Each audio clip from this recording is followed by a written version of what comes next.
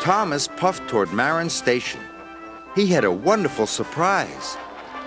Passengers and staff waved and cheered as he passed by.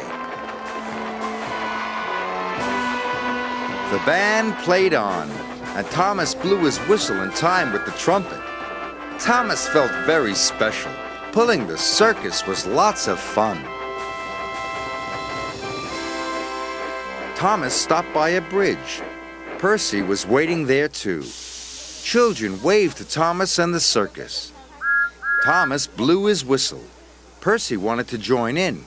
"Is there anything I can take?" asked Percy hopefully. But Thomas wanted to keep all the fun to himself. "No, thank you," he gasped. "I can do it all on my own." Percy watched Thomas and the circus slowly chuff away. He felt very disappointed. Thomas puffed on. The train started to feel heavier and heavier. His traction rods were rattling more than ever. Thomas stopped at a junction. James was waiting in a siding. James thought the band sounded very jolly.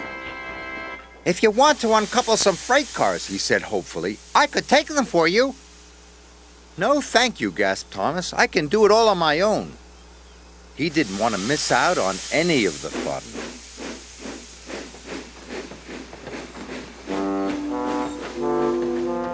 Thomas steamed on, but every huff and every chuff got harder and harder.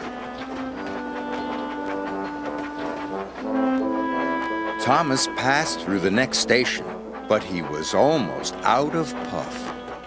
Thomas wasn't having fun anymore.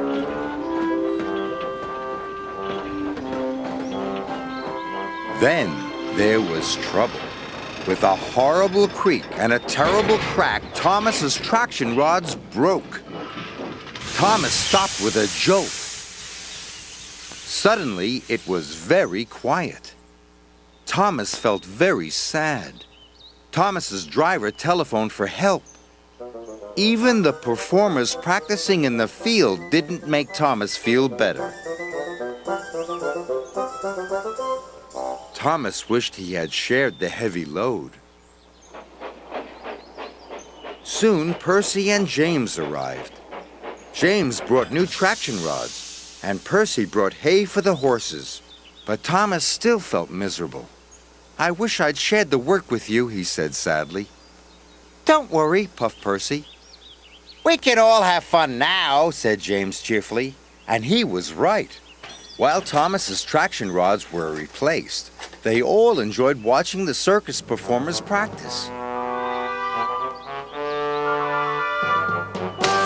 Then Thomas shared the freight cars.